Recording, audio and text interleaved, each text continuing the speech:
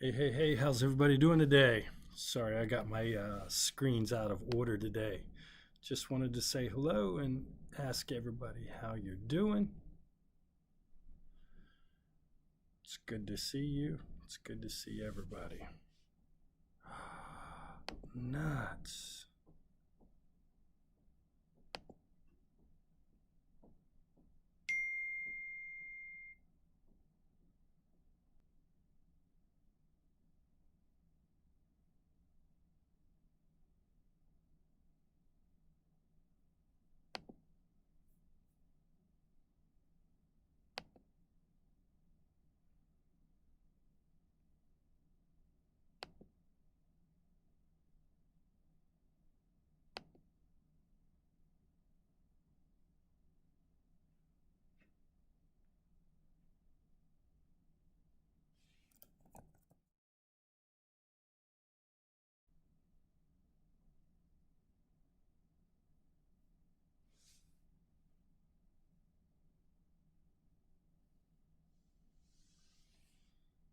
Okay, no. We're still having a problem. Still not working, is it? Is it still choppy?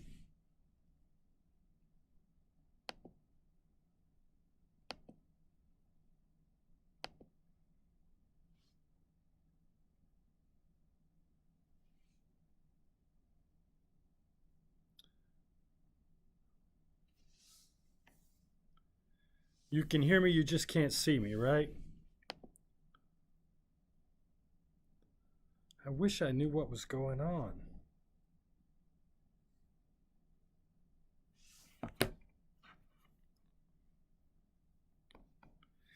Audio is choppy.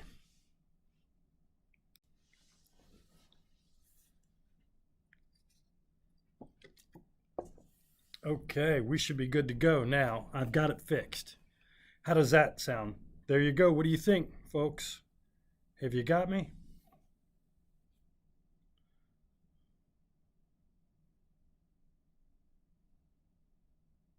Hold on, let me send a message out. I think it's going well now, right? So you can see me. Hold on, let me get here and check everything out. It's good. Okay. All right, cool. Let me send out a quick text trying to get everybody to come back in case you've left. Toot. Hold on. Stream is back on, comma. I don't know why I added a comma to that, but what the hell. Okay. All right, so here we are. We're ready to go. Whew. Sorry about that trouble. 7 minutes felt like an eternity, didn't it? Let's go ahead and talk about chapter 12. You can hear me? Can everyone hear me? Uh-oh, you can't hear me. Wow. I can now. Okay. Janera. Okay, Tara, it might be some problem on your end. So let's go ahead and talk about chapter 12, social psychology. So social psychology is my area of interest. And today we're going to talk a little bit about what social psychology studies. Then we're going to talk about attributional styles that people have. And then we're going to talk about the group's impact on our thinking and our behavior. Okay, so sorry, I got the sizing wrong on the windows. I goofed that up. But social psychology is the science of group functioning. Human beings, we've been talking about them in isolation as if they're atoms that we can break down and study. And I've talked to you about amygdalas and hippocampuses and hippocampi, and I've talked about frontal lobes and neurochemicals, and we've talked about behavioral conditioning. And I've talked to you as if human beings are atoms that you can study individually. But the crazy thing is, when you get collections of people together, their behavior begins changing a little bit. And so one of the things that social psychology is interested in is in understanding how the real or imagined presence of others affects our feelings, our thinking, and our behavior. And we can study that and learn systematic principles about how people act in groups. Now, this is not cultural psychology. So, in a sense, I'm not trying to talk about the difference between this group of people and that group of people. I'm not going to talk about American Indians versus African Americans versus European Americans. That's cultural psychology. Instead, I'm trying to talk about the group processes that underlie all groups, be they African American, be they Caucasian, be they Indian or whatever. So we're talking about the universal group processes, not how groups differ, okay? And we're not sociology either. So I'm not talking about systems, and I'm not talking about bosses versus subordinates. I'm not talking about the classism or the sexism in society. So instead, we're talking about the universal group processes that function within these societal structures. So we may talk about capitalist versus communist governments in sociology, but within those, what are the universal group processes that control people's behavior? All right. And so social psychologists are interested in how groups work together. Is everybody following me so far? I didn't lose everybody. We've got 18 people back, so I feel a little bit better. Okay. Now, what are the different topics that you're going to see in social psychology represented in this book? There's a little section on attributions, which is how people try to understand other people's motives. Why did he do that? Why did she do that? Anytime you ask the question why someone did something, you're making an attribution. And then we're going to talk a little bit about this thing called group identity. And I'm going to try to argue to you that part of who you are as an individual is represented in how you relate to important groups that you belong to. So we're going to talk about group identity. And we're going to talk about those two things today. And I'm also going to mention a little bit about social cognition. So if you remember when we talked about Chapter 7, the information processing model, and we talked about people's short-term and long-term memory and how they process information. Well, there's actually a branch of cognitive psychology that's interested in how the real or imagined presence of others, how our brain affects our process of thinking, and how different brain structures work together to create thoughts and ideas and beliefs. So we're going to talk about those three things today. And then on Thursday, I'm going to talk about attitudes. Social psychologists are actually interested in the process by which people's attitudes are changed. Social psychology played a prominent role in World War II, working for the U.S. government, helping people change people's attitudes so that people would engage in pro-war efforts here in the United States. So a lot of work in seminal work in social psychology came out of the World War II war effort. We're going to talk about influence and how the presence of specific other people can change our behavior. And then we're going to talk a little bit about close relationships, what attracts us to people, and what creates close relationships and the feeling of love. So those are all the different things that social psychology is interested in.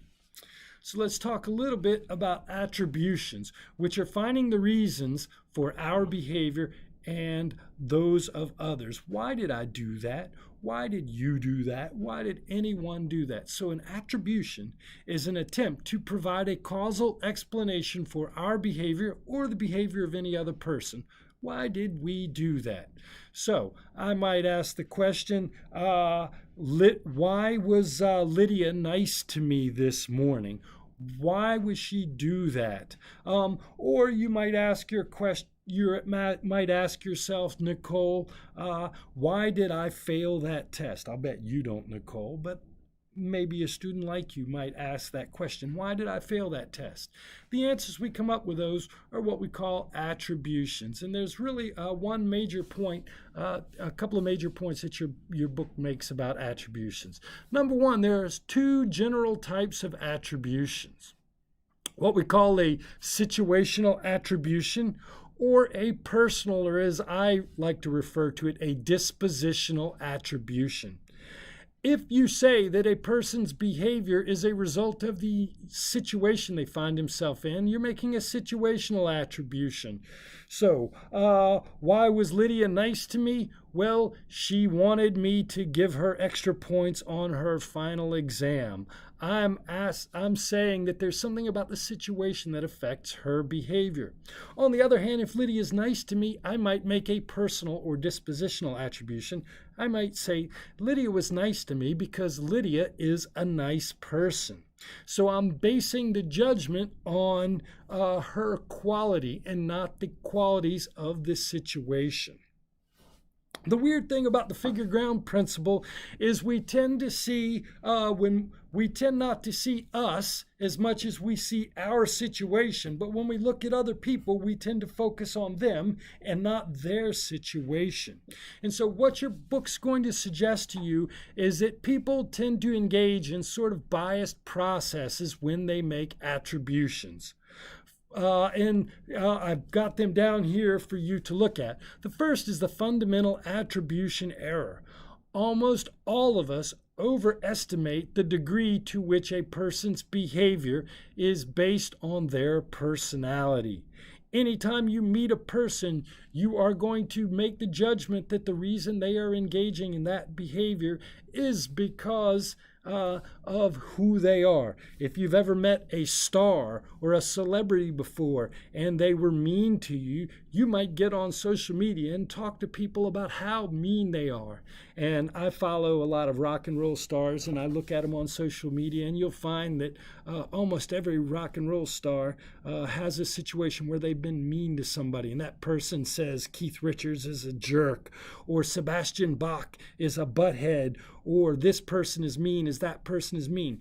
What these people don't realize is that that celebrity's met 1,000 people that day or that week. Maybe they're having a bad moment. Maybe they just got a phone call. Maybe something happened that put them in a bad mood. But nobody ever thinks about that. Instead, they say that that particular celebrity is a mean person. That's what we would call the fundamental attribution error. And Jessica likes my shirt. And I might ask the question, why did Jessica say that? What's Jessica looking for? Maybe she wants an A on her test, right? Very well put. Nice.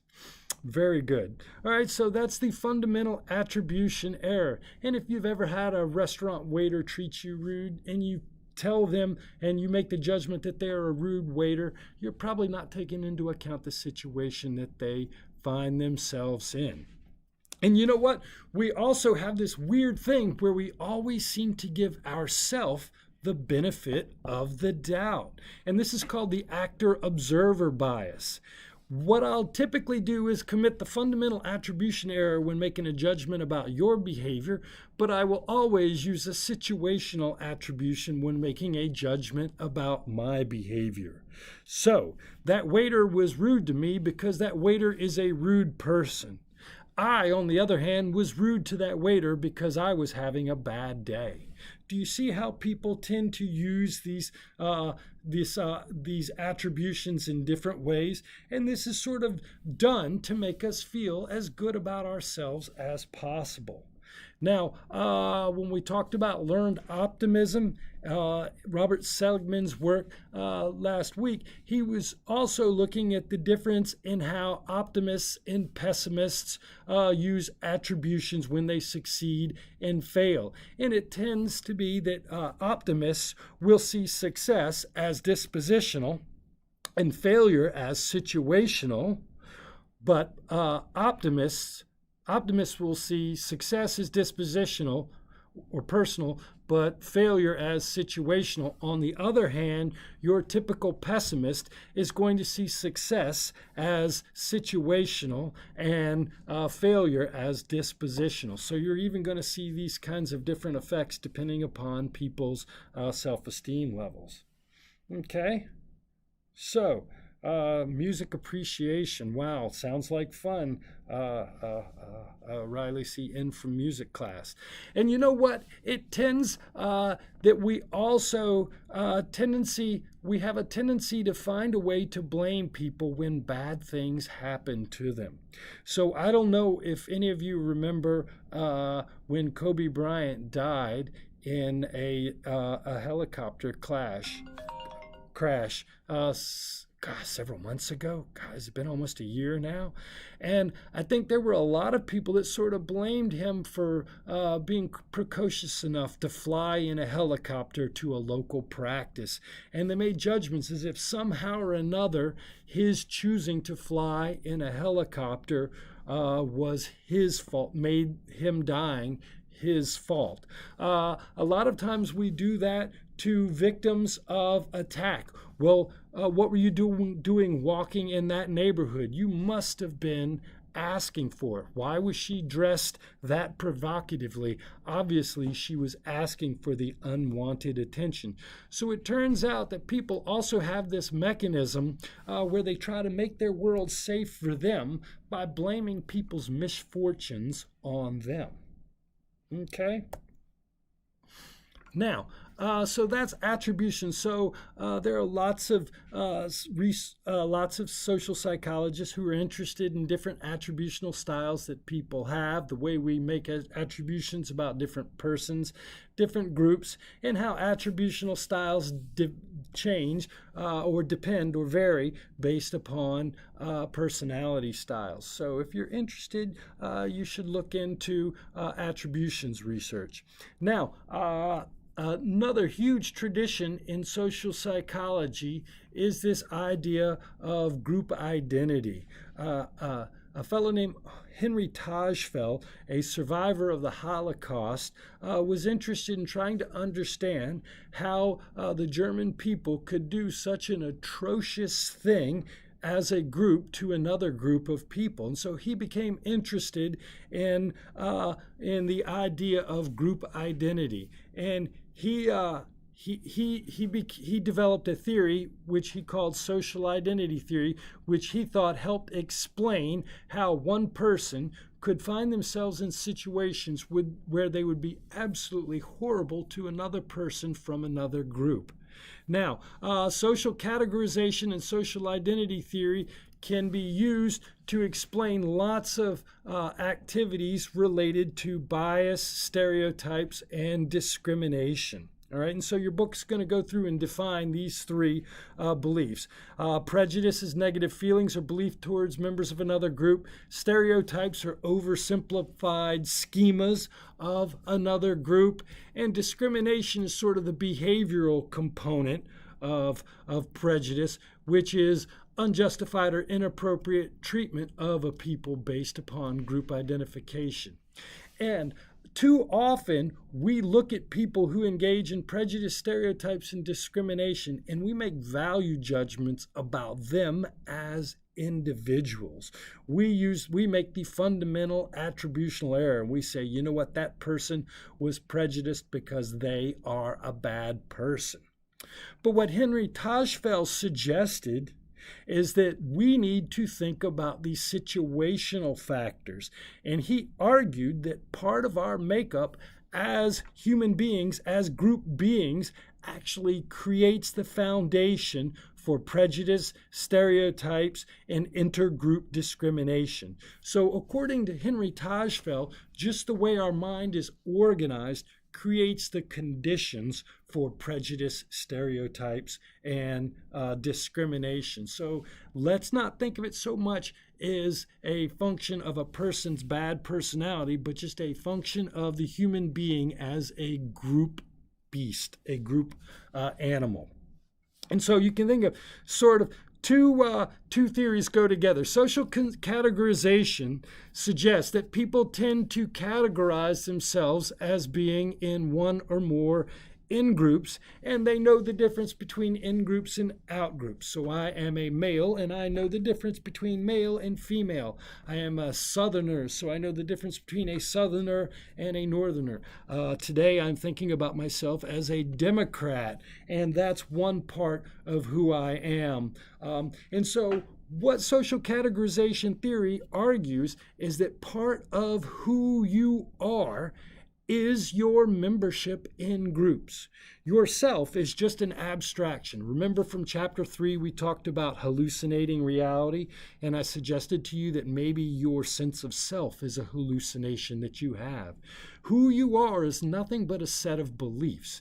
And so social categorization theory argues that part of who we are is the categories that we make up. And sometimes I think of myself as Chris the individual, but sometimes I think of myself as Chris the Southern Democrat.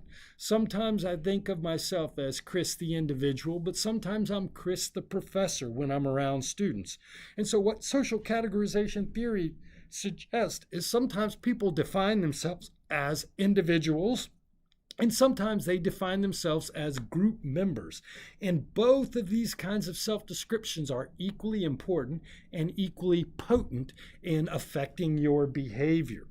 And so if you've ever walked into a room where you are the minority, either you are a female in a room full of men, or a man in a room full of females, or a Caucasian student in a room full of Hispanics or African Americans, or if you've ever been the African American in a room full of Caucasians, you've suddenly begun to think of your group identity.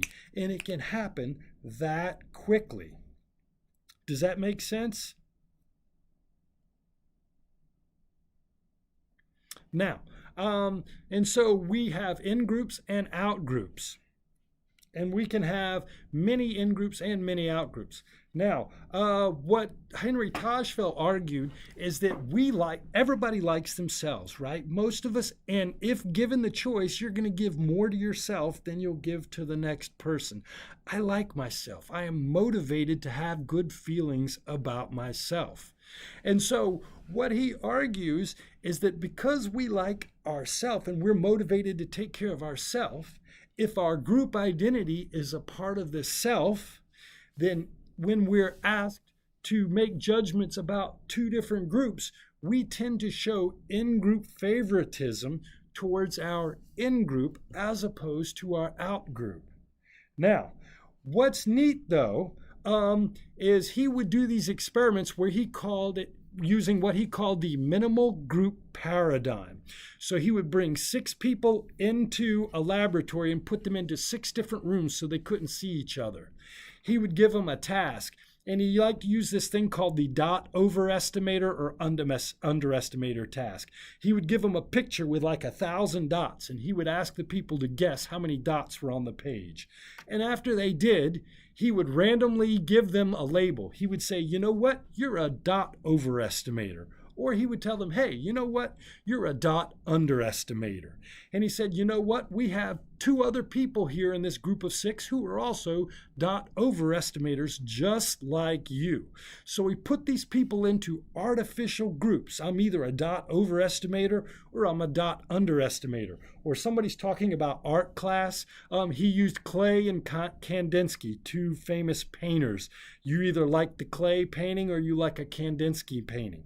But he never let the people meet the other people who were in the group, all right? And then he would give them an opportunity to award bonuses to in-group and out-group members. And he found that people tended to reliably reward in-group members compared to out-group members, even when they weren't sure why they were in their group, and even when they hadn't met any of the people in the group, even when they were put into groups based on random dot overestimator, underestimator, they tended to show a preference for their in-group mates. And so what he suggested is that we have this inborn tendency born from our group self-identification to take care of members of our in-group. And this is what causes us to make prejudiced judgments, or to make stereotypic judgments about other groups, or to engage in discriminating behavior. So he argued that really sort of group identity is the foundation of what we might call intergroup discrimination. I hope that makes sense. Now, your book's going to talk about situations where you will see these different outcomes. Now, the weird thing is sometimes people are put into groups which are positive, or they are in groups which are negative, or with groups which are, which are maybe negative. Well, not negative. I take that back. Every group is advantageous in some places, and every group has weaknesses in every place, right? So if I'm in the group called athletes and we're on a sports field, that stereotype helps me. If I fit in the group athletes and we're in the classroom, suddenly that stereotype, that group membership doesn't help me, because we all have stereotypes about what athletes may or may not do. And so there are stereotypes for Caucasians, there are stereotypes for females, there are stereotypes for African Americans, and these stereotypes have group memberships which may or may not be positive in certain situations. So if I see that, if I am a science teacher in my 8th grade class and I see that you are a female, I may make the judgment that because you're a female, you're probably not good at science. And then I'm not going to ask you questions. I'm not going to challenge you to do well. I might even ignore you in class out of a misguided attempt to keep from embarrassing you in a situation where I think your group can't do well. And this self-fulfilling prophecy will begin to bear fruit, and that my belief in you based upon your group membership will actually cause you to live out the expectation of that particular group identity. And sometimes this has been identified as reasons why we have ethnic differences in classrooms and on IQ tests. So if I put you in a situation where your stereotypical group says you should do poorly, you will actually confirm that stereotype based upon your own anxiety. And so stereotype threat is often cited as one reason why we have small differences on IQ scores between African American, Hispanic, and European cultures. Okay?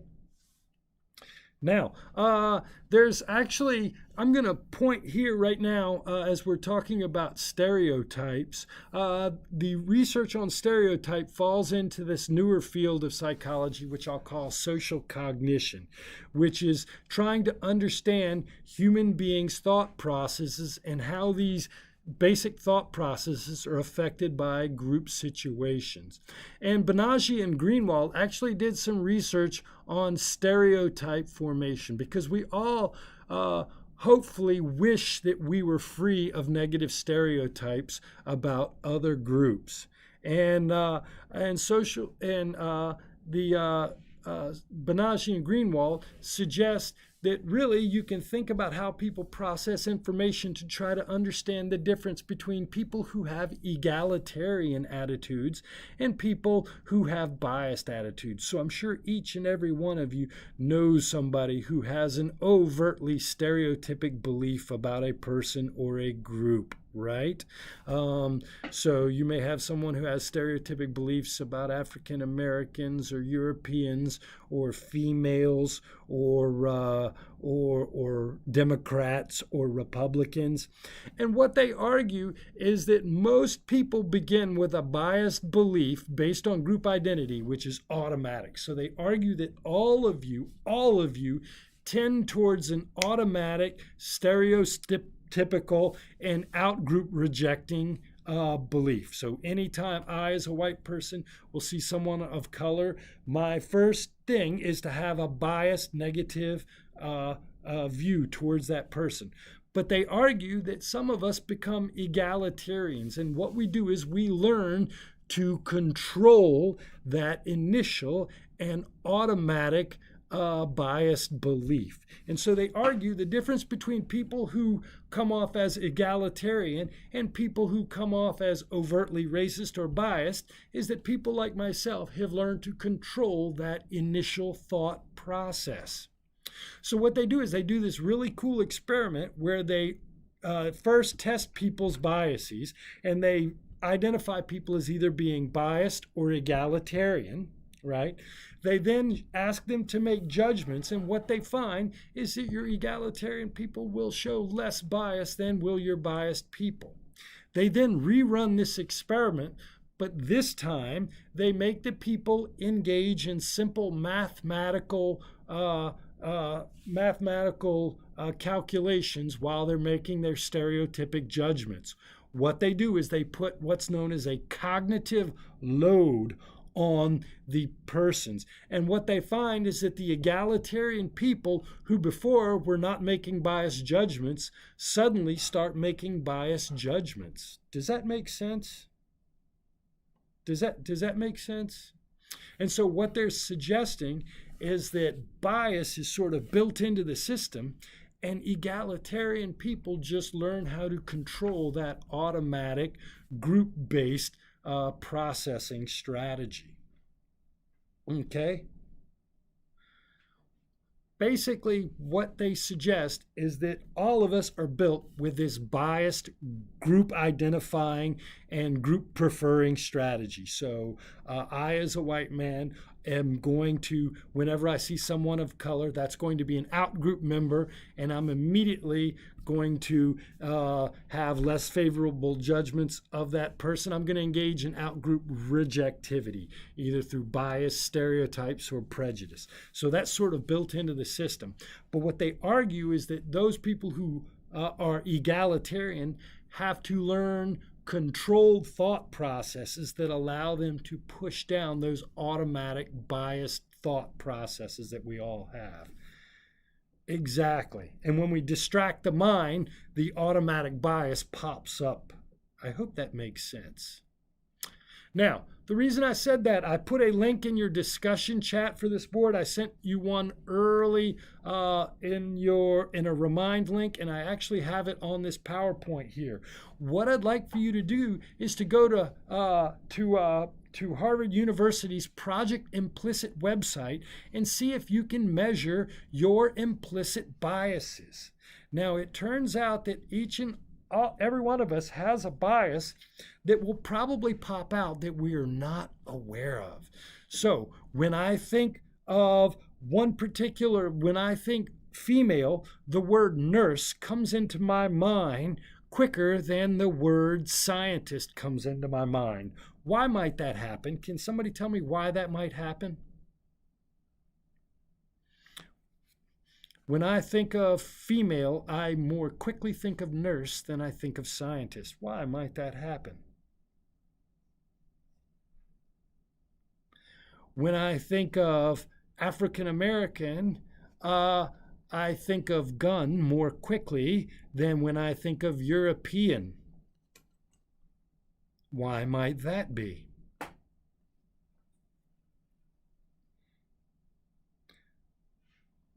Exactly. So from a social cognitive perspective, what you can do is you can measure how quickly people process information and make judgments about whether or not they have implicit biases. So you're going to be asked to make judgments where you're going to see, if you look right below me, do you see on the left you have a white, let's see, it's on your left, you have a white face, and on the right, you have an African American face. And then below those, you have a weapon and you have a tool.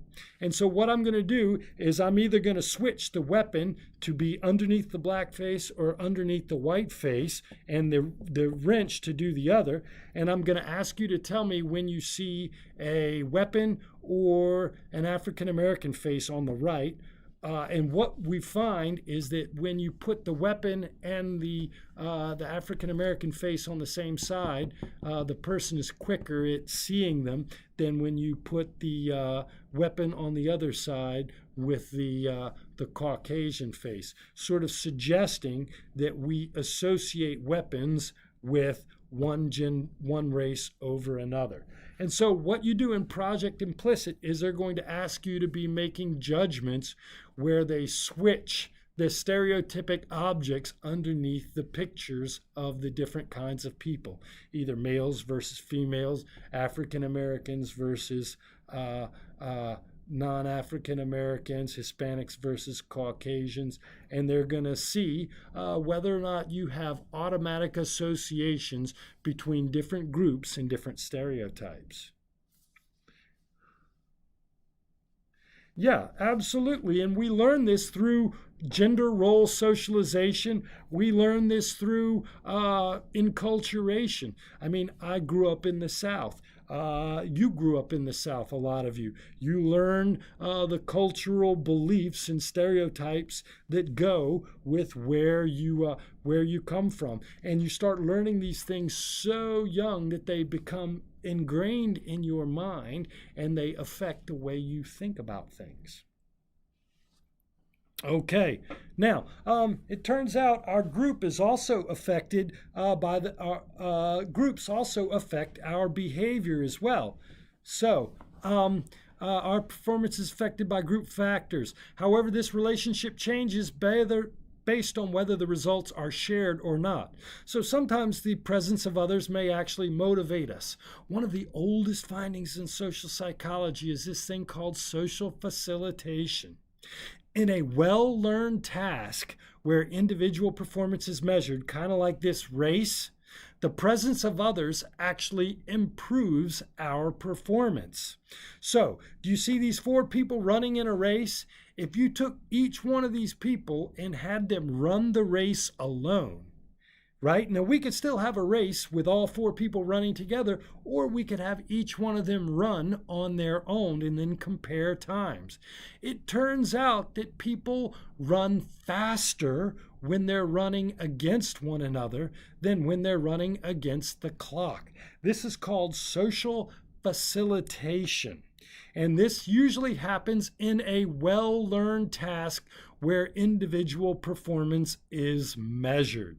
And this guy named Triplett from the 1890s measured people's ability to win fishing line, their bike racing, their running, and found that this social facilitation effect works for simple tasks. However, later research found that if it's a really tricky task, okay, like solving a puzzle, the presence of others actually makes it more difficult for you to engage in the task. All right? So this is social facilitation.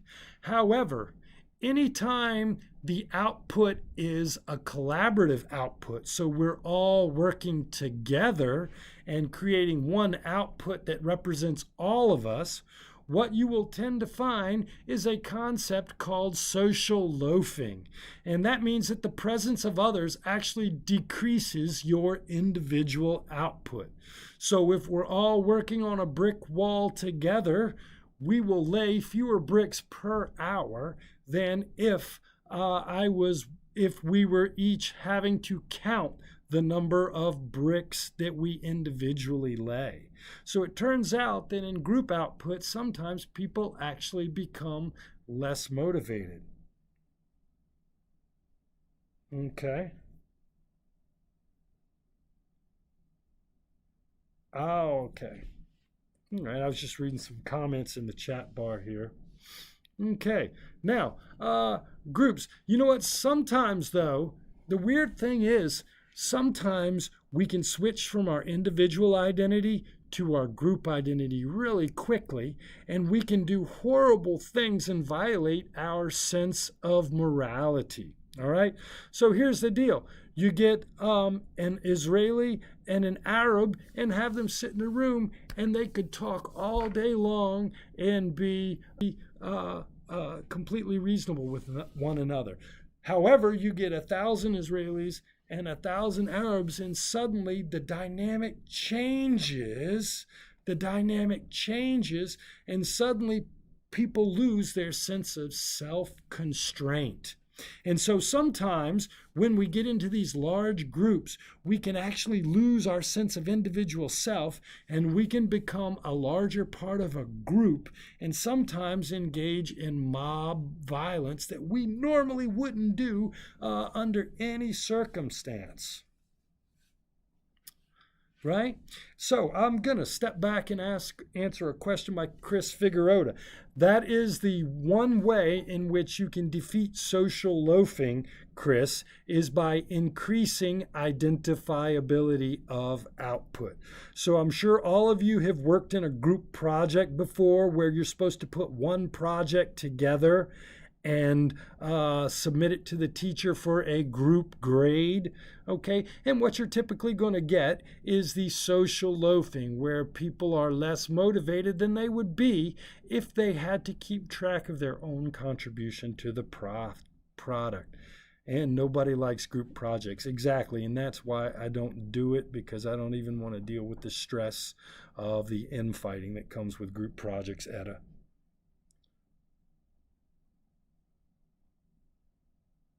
So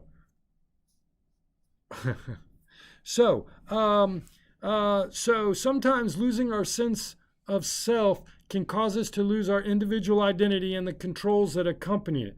And so a famous study that I think your book may even mention is the Halloween candy study by a fellow named Diener in 1976. And what he did was he placed a bowl of candy on a porch at Halloween. And when the kids came up to the porch, a host would come out of the house, meet them, say hello, and ask them to take one piece of candy out of the bowl before going back inside. And they watched the kids through the peephole to see what they did. Now, the owner of the house would sometimes ask the kids to tell their name, and sometimes not ask the kids to tell their name. And then they measured whether or not the kids came in a group or the kids came alone. And what they found was that when kids didn't have to name themselves, identify themselves, and when they came in groups, they were much more likely to swipe extra candy than when they came alone or when they had to tell their name. And so the whole idea of identifiability as being a check on your sense of morality was sort of demonstrated in social psychology. Now, when people get into large groups, they sometimes become de-individuated. Why do those peoples that go out in the streets for protest inevitably start tearing things up? The protests that are inevitably going to occur today are going to result in all kinds of violent behavior and all kinds of destruction. And you're going to ask yourself, how could people who are reasonable do that? The idea is when they get into groups, people lose their sense of self-identity, and bad things start to happen because your morality is like this individual morality that says what you shouldn't do. But when we get into groups, sort of the group starts to take over and we develop this mob mentality. Now, there are a couple of really, really, really famous there's a really famous study that we're going to talk about today. We've got another one we'll talk about tomorrow. But the most famous one was done in the early 70s called the Stanford Prison Study. Anybody ever heard of the Stanford Prison Study? Okay. So what they did in this study is they took college students at Stanford, and they sent them all down to mental health and made sure they were all emotionally stable. And then they used they flipped a coin, and they made half of these people into prison guards, and they made half of them take the role of inmates. And what they did was they went out and arrested the inmates on a Saturday morning, woke them up out of their dorm rooms, and carried them to a simulated jail that they had made in the basement of the psych department, and they told them that they were, and everybody agreed to participate in this experiment, and so they were going to run a jail for 14 days. Now, the other half of the people on the coin flip became prison guards, and they gave them uniforms and mirrored sunglasses and batons and told them to come down and report for duty as prison guards at the prison that Saturday morning. And they were going to run this experiment for 14 days to see what happened and how able these students were to adopt these roles that they'd given them. And what they found was that the prison guards started torturing and screwing with the prison inmates, who became super duper passive and started developing anxiety problems. And after about 6 days, they had to stop this experiment because the prison guards were getting so brutal and the prison inmates were showing such negative stress effects. And what he suggested was that people will conform to role expectations even when those role expectations involve negative behaviors. Did it get better? Okay, sorry. Yeah, I'm not sure what's going on with my computer today. Right? Now, I remember watching the video and reading all about this in graduate school in the early 90s, and I thought it was absolutely ridiculous because the guards just started acting so over the top and doing such ridiculous things. I thought there is no way this could ever happen in real life. And then during the first Gulf War, I think it might have been the second Gulf War. Yeah, it was the second Gulf War. America set up detention centers in Iraq, and one of them was in Abu Ghraib. And it turns out there was a case involving horrible abuse of detainees in this prison. It was incredibly tragic and terrible. And what happened was these soldiers who were completely normal otherwise were put into this situation and conformed to this role and ended up really breaking some big rules regarding humane treatment of prisoners. And I think some people, even Lindy Foster, I think was her name, actually went to jail over this. And so it really can happen. Sometimes you put somebody into a job and give them a badge or a uniform or something, and they can adopt the role that they're playing and lose all sense of morality. It is happening at the border now. You give a guy a badge and tell him he's a customs, or a person a badge and tell them they're a customs enforcement officer, and they sort of adopt that role of being a hard, passionless person. Right? And so cruelty can happen, absolutely. Now, one of the other things you're going to see online right now, because we all live in echo chambers where we unfriend people whose opinions we disagree with, most of us get on social media and have nothing but people who have similar opinions to us. And what research in social psychology has shown is this always leads people to develop more extreme opinions. And this concept is called group polarization. So in the 70s, they took people into rooms and divided them based on their beliefs on a general topic. And they put people who were on one side of the topic in one room and people who were in another topic in the other side of the other room. They had people list their initial attitude towards the topic. People would then discuss for 20 minutes. They would then rate their final attitude towards the topic. And what these researchers found is that no matter what people's initial opinion was, talking about it with a group of similar-minded individuals always makes your opinion more extreme. And so what you're going to notice on social media today is people as they get on groups and talk about their beliefs today, their attitudes are going to get even more and more extreme. And what starts off as a fairly opinionated social media feed is going to become even more extreme and more extreme as your conservatives become even more conservatives and your liberals become even more liberals as they talk with people who have like-minded attitudes. That is exactly what's happening